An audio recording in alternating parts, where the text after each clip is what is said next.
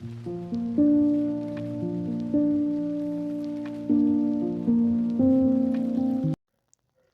वालेकुम व्यूअर्स, कैसे हैं आप? उम्मीद करती हूँ खैरियत से होंगे। स्टडी विद बीआरडी में आप सबको खुश आमदीद। MJT 503 की लेक्चर सीरीज़ का आज 5वां लेक्चर है। चौथे लेक्चर में मैंने थोड़ा बहुत टच दिया था और मैंने बताया था कि मैनेजमेंट जो होती है या जो मैनेजमेंट के फंक्शंस होते हैं, जो रोल प्ले होते हैं, ये ज़रूरी नहीं है कि ये सारे फंक्शंस एक ही इंसान प्ले करे, ठीक है। कुछ लेवल्स होते हैं मैनेजर्स के, उन्होंने काम आपस में बांटे होते हैं, ठीक है जी। डिसीजनल रोल्स आप कर लीजिएगा, ठीक है। जो है वो प्लानिंग का काम मैं कर लिया करूँगी, इस तरीके से काम बांटे हुए होते हैं। यानी कि जितने ये डिपेंड करता है ऑर्गेनाइजेशन के साइज़ पे, ठीक है। अगर छोटी ऑर्गेनाइजेशन है, जैसे अब सबसे एक कॉमन ऑर्गेनाइजेशन तो आपका घर है ना, तो घर में मोस्टली ये फंक्शन सिर्फ ऐसा भी होता है कि आपके बाबा कर रहे हो, ठीक है। आपके बाबा हैं जो आपके घर की पूरी हर डिसीजन वही लेते होंगे, प्लान वही करते होंगे कि किस तरह से खर्च चलाना है घर का, किस तरह से इंपॉर्टेंट डिसीजन लेने हैं, कहाँ जाना है कहाँ नहीं जाना। तो ऐसा भी होता है, लेकिन कभी कभी ऐसा भी होता है कि आपके बाबा टॉप मैनेजर हैं, लेकिन उसके साथ साथ आपकी मम्मा भी कुछ कुछ फैसले ले रही होती है, मिडिल मैनेजर के तौर पे वो काम कर रही होती है, और वो साथ साथ फर्स्ट लाइन मैनेजर भी होती हैं। आपके काम को सुपरवाइज करना भी उनका काम होता है, ठीक है। तो डिपेंड करता है, ये एक घर की मिसाल मैंने दी, इजीली समझ में आ जाएगा आपको। तो डिपेंड करता है, लेकिन कभी कभी ऐसा भी होता है, कुछ फैमिलीज ऐसी भी हैं जिनके घर में बड़े बेटे हैं, ठीक है।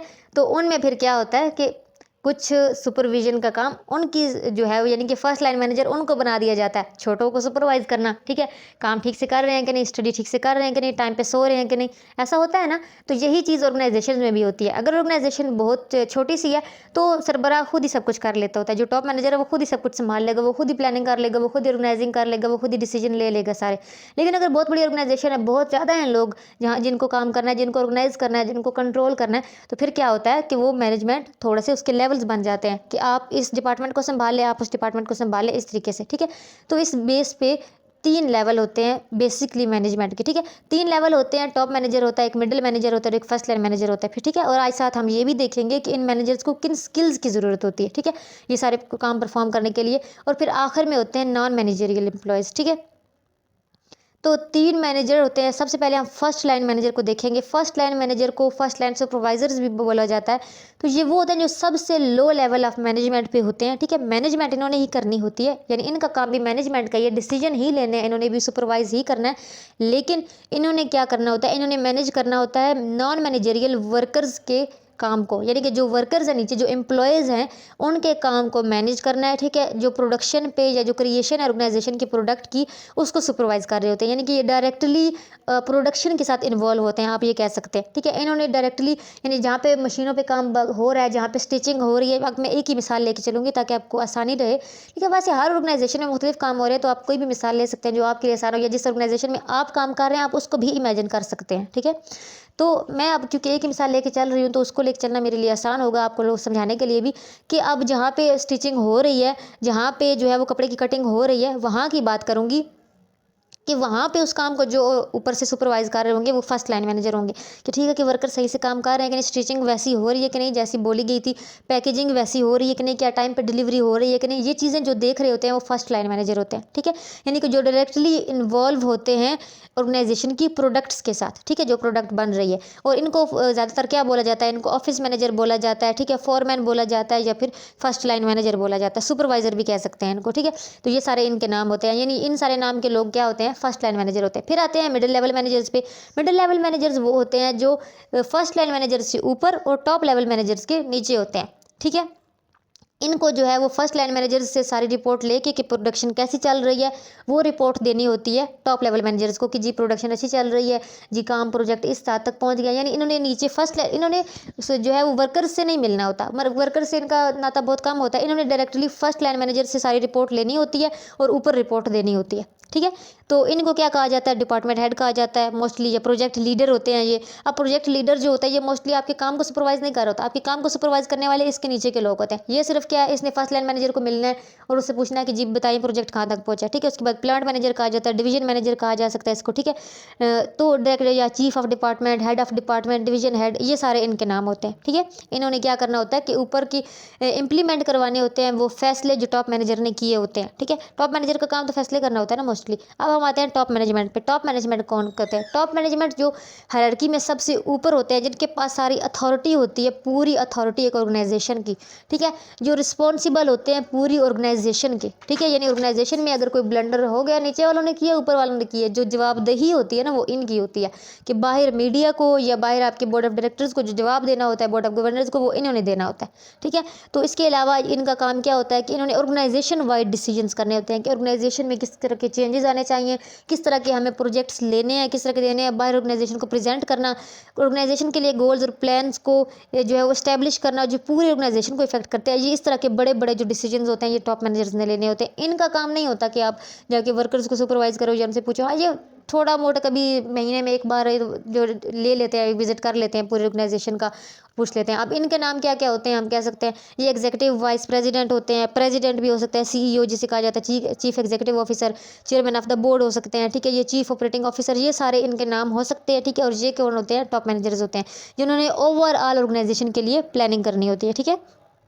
तो ये सारे थे इनके 3 लेवल्स मैनेजर्स के, और 3 लेवल के मैनेजर्स के नीचे फिर जो होते हैं वो वर्कर्स काम कर रहे होते हैं, ठीक है। उसके बाद वो कहते हैं कि अब ये जो मैनेजर के फंक्शन है, हमने चार जो फंक्शन पढ़े थे पोल का फंक्शन, ये कौन कौन से फंक्शन मोस्टली कौन करता है? तो जो प्लानिंग का फंक्शन है ये मोस्टली क्या है? टॉप लेवल के मैनेजर्स कर रहे होते हैं, ठीक है। ऑर्गेनाइजिंग का फंक्शन जो है ये टॉप लेवल और मिडिल लेवल के मैनेजर्स कर रहे होते हैं, क्योंकि अब ऑर्गेनाइज करना चीज़ों को कि कौन सा काम कौन करेगा, कब करेगा, ज़्यादातर तो ये काम मिडिल लेवल मैनेजर करता है, लेकिन टॉप लेवल के मैनेजमेंट भी ये चीज़ें डिसाइड करती है, क्योंकि मिडिल लेवल के मैनेजर को ऑर्गेनाइज करके रखना होता है ना, कि आपने मुझे टाइम पे रिपोर्ट करना है, इस वजह से, ठीक है। तो ये ऑर्गेनाइजिंग का काम टॉप लेवल मैनेजर्स भी करते हैं और मिडिल लेवल मैनेजर्स भी करते हैं। लीडिंग का काम फर्स्ट लाइन मैनेजर्स सबसे ज़्यादा करते हैं। क्यों? क्योंकि इन्होंने लीड करना है, इन्होंने गाइड करना है, इन्होंने मोटिवेट करना है वर्कर्स को, क्योंकि वर्कर्स से काम लेना है, वर्कर्स को मोटिवेट करना है, तो ये सारा काम तो क्योंकि फर्स्ट लाइन मैनेजर्स कर रहे हैं, इस वजह से। और कंट्रोलिंग का काम हर लेवल पे होता है, ठीक है। अब जो फर्स्ट लाइन मैनेजर्स है उन्होंने ज़ाहिर सी बात है कंट्रोल करना है वर्कर्स को, वर्कर्स की कंट्रोलिंग, उनकी मॉनिटरिंग हो रही होगी तो पता चलेगा ना कि काम कहाँ तक पहुँचा है। लेकिन यही काम जो है वो मिडिल लेवल के मैनेजर्स को भी करना है। किस तरीके से? अगर वो मॉनिटर नहीं करेंगे, कंट्रोल नहीं करेंगे फर्स्ट लाइन मैनेजर्स को, तो फर्स्ट लाइन मैनेजर्स कोताही कर सकते हैं ना काम करने में, ठीक है, नीचे कोई भी ब्लंडर और वो ऊपर रिपोर्ट नहीं करेंगे, तो उनको कंट्रोल करना, उनको लीड करना भी ज़रूरी है, ठीक है। और इस तरीके से ये काम जो है वो आपके टॉप लेवल के मैनेजर्स भी कर रहे होंगे, क्योंकि उन्हें भी मिडिल लेवल मैनेजर्स को कुछ रूल्स के अंदर, कुछ रेगुलेशंस के अंदर कुछ मॉनिटर करके रखना होता है, ताकि उनको बर वक्त अपनी ऑर्गेनाइजेशन में होने वाली सारी अपडेट्स मिलती रहे, ठीक है। तो कंट्रोलिंग का फंक्शन एक ऐसा फंक्शन है जो ऑल लेवल ऑफ हायरार्की यानी तमाम किस्म के मैनेजर्स को करना पड़ता है, ठीक है। तो ये हमने देख लिया कि कौन कौन से फंक्शन ज़्यादातर कौन से मैनेजर्स करते हैं।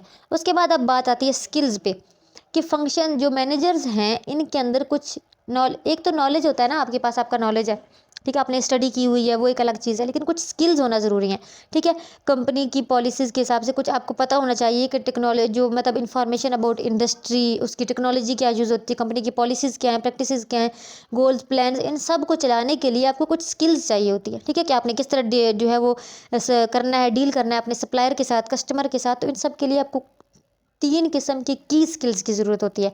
सबसे पहली होती हैं टेक्निकल स्किल्स, दूसरी होती हैं ह्यूमन स्किल्स, और तीसरी होती हैं कंसेप्चुअल स्किल्स। टेक्निकल स्किल्स ये हैं कि अगर आपकी ऑर्गेनाइजेशन है, जैसे कि मैंने बोला था कि अगर वहाँ पे कपड़ा बनता है, ठीक है, तो आपको उसके हिसाब से सारे टेक्निकल स्किल्स आने चाहिए। आपको पता हो कि मशीनें कैसे चलती हैं, आपको पता हो कि कटिंग कैसे होनी है, स्टिचिंग कैसे होनी है, ये सारे टेक्निकल स्किल्स है। इसके अलावा अगर वो इंजीनियरिंग का डिपार्टमेंट है तो आपको पता हो कि कैसे चलनी है। अगर वो एक आई टी ऑर्गेनाइजेशन है तो आपको पता हो कि वहाँ की, यानी कि वो टेक्निकल स्किल्स हैं जो बेसिकली वहाँ की मशीनरी को चलाने के लिए, उसकी उस ऑर्गेनाइजेशन में जो काम हो रहा है, जो प्रोडक्ट हो बन रही है, उसको बनाने के लिए जितनी टेक्निक्स की ज़रूरत होती है वो सारी टेक्निकल स्किल्स हैं वो आनी चाहिए, ठीक है। एक तो ये स्किल्स होगी।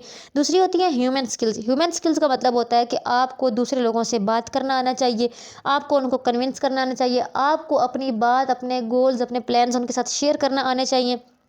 और ये बहुत इंपॉर्टेंट स्किल है कि आप किसी को कम्युनिकेट कर सकें, किसी के साथ मोटिवेट कर सकें, लीड कर सकें, उनको इंस्पायर कर सकें, उनको कि वो आप पर ट्रस्ट करें, ठीक है। तो ये सारी क्वालिटीज़ किस में आती हैं? ह्यूमन स्किल्स में।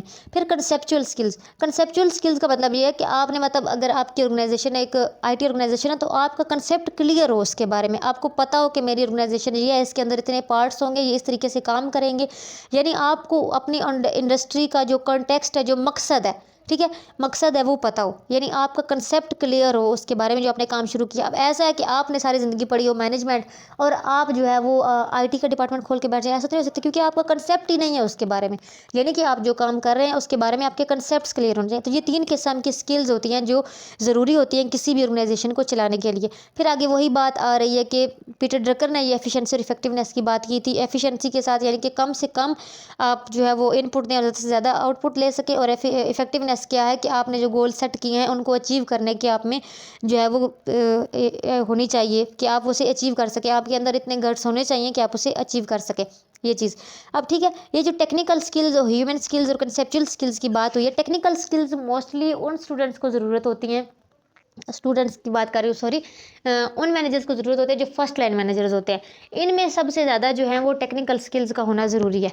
ठीक है, क्यों? इन्होंने क्योंकि वर्कर्स के काम को सुपरवाइज करना है, इन्होंने वर्कर्स के काम को सुपरवाइज करना है, और ये तभी सुपरवाइज कर सकते हैं जब इनको खुद भी टेक्निकल स्किल्स इनको आती होंगी। ठीक है, उसके बाद जो है वो ह्यूमन स्किल्स ऐसी स्किल्स हैं कि जो सब मैनेजर्स के पास होना ज़रूरी है, क्योंकि चाहे फर्स्ट लाइन मैनेजर हो कोई, चाहे टॉप लेवल का मैनेजर है, चाहे मिडिल लेवल का मैनेजर है, लेकिन अगर उसे बात करना नहीं आता, कम्युनिकेट करना नहीं आता, लीड करना नहीं आता, तो वो अपनी बात नहीं बयान कर सकेगा। तो जब तक वो अपनी बात नहीं बयान कर सकेगा, वो कैसे दूसरे को बात अपनी समझाएगा। ठीक है, तो यानी कि अगर हम इसको परसेंटेज में लगाए तो जो ह्यूमन स्किल्स है ये 50% जो है ये हर लेवल के मैनेजर के पास होने चाहिए, चाहे वो टॉप लेवल का मैनेजर है, चाहे वो मिडिल लेवल का मैनेजर है, चाहे वो फर्स्ट लाइन मैनेजर है। 50% ह्यूमन स्किल्स होना बहुत ज़रूरी है।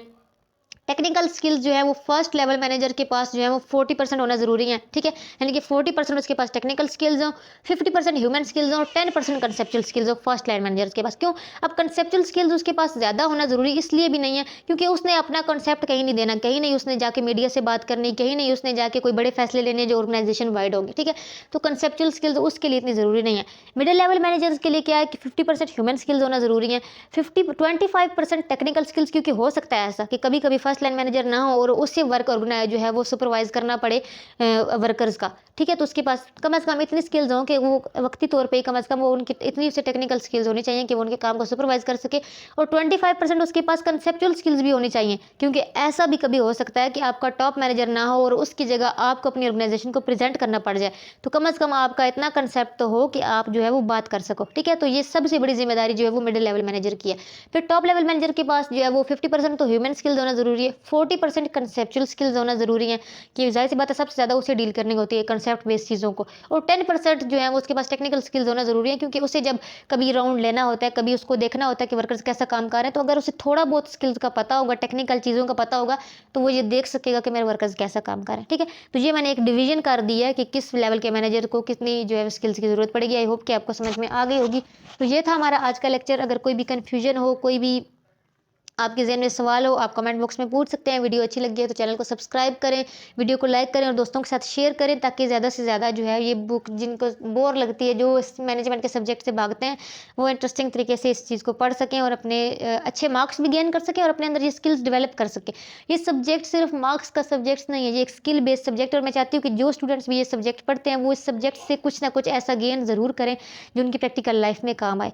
तो दुआ में याद रखिएगा, चैनल को सब्सक्राइब करें। मैं फिर से कह रही हूँ, जो स्टूडेंट्स अभी तक मेरे लेक्चर्स ले रहे हैं उन्होंने चैनल को सब्सक्राइब नहीं किया तो काइंडली चैनल को सब्सक्राइब करें और एक क्यूट सा कमेंट कर दिया करें, वीडियो को लाइक किया करें। आपकी यही जो फीडबैक होता है ना, ये हमारे लिए बूस्टर शॉट होता है और हमारा दिल करता है कि हम और ज़्यादा इफेक्टिव तरीके से और ज़्यादा आसान तरीके से और ज़्यादा इंटरेस्टिंग तरीके से आपके लिए इस तरह की वीडियोज़ लाते रहें। तो नेक्स्ट वीडियो में जो है वो मुलाकात होगी आपसे। अगली वीडियो तक के लिए अल्लाह हाफ़िज़।